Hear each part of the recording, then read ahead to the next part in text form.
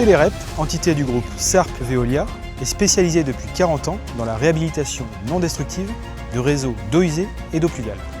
Nous bénéficions d'une implantation nationale qui nous permet d'être très réactifs et proches de nos clients.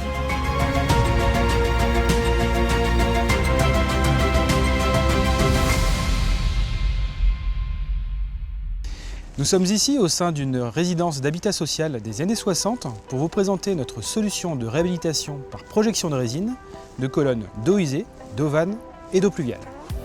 Véritable alternative au remplacement de colonnes, cette technique consiste à reconstituer un tuyau sans joint à l'intérieur de l'existant par projection de résine.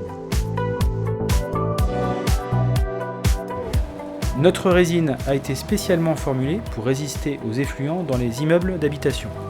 Notre procédé s'adapte à tout type de support, fonte, fibrociment, grès, PVC, pour des colonnes de diamètre 75 à 200 mm, voire plus selon les cas.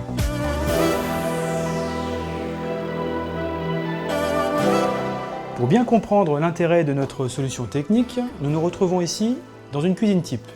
Traditionnellement, la seule solution pour traiter le problème d'étanchéité des colonnes était de les remplacer, nécessitant ainsi la dépose des meubles de cuisine, l'ouverture des cloisons et du plancher, la pose de nouveaux tuyaux et ensuite la reprise d'embellissements du type peinture, faïence, placo.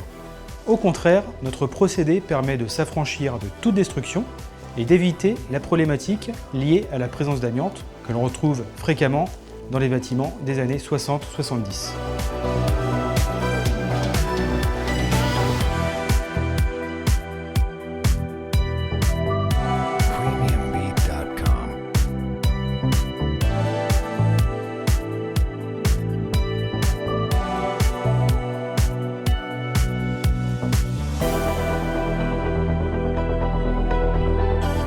Notre intervention se déroule en plusieurs phases. Première phase, depuis le point haut du bâtiment, nous réalisons le nettoyage par fraisage mécanique, permettant de retrouver le diamètre initial de la colonne et de préparer le support à recevoir la résine.